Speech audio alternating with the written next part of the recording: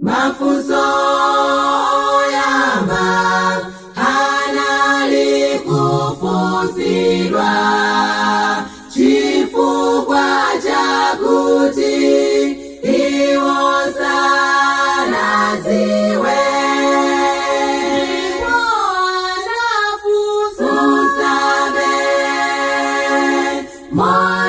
molimbikira kodimuye watu mubwela liti tizaonera njabuza kwake tifusile tu iya itaonani kutwani magwadiso opulumuka azaugaso alibengalo nakuyambalo oshima onse azaugaso ebalibenga nao malinza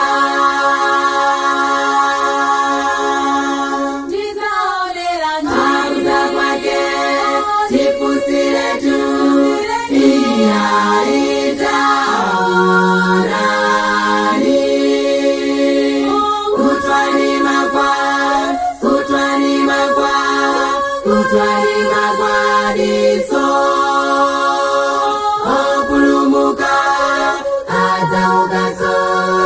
alibengalo nakuyambalo oshima onse azaugaso ebalibenga nao malinza ifeti yenela kufusa befusoli chifukwa chakuti tawi yatali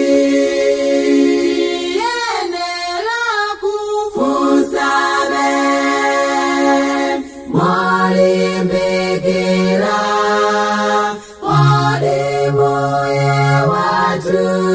mubwela liti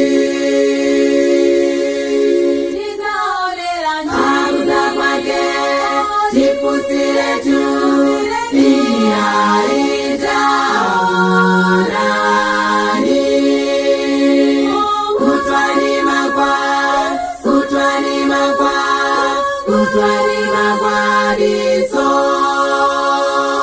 opulumuka azaugaso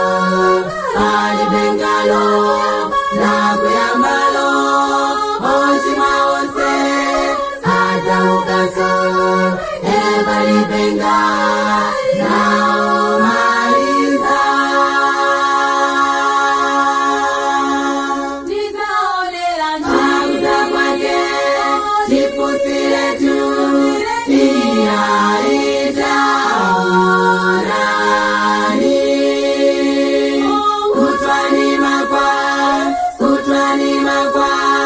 kutwani magwadiso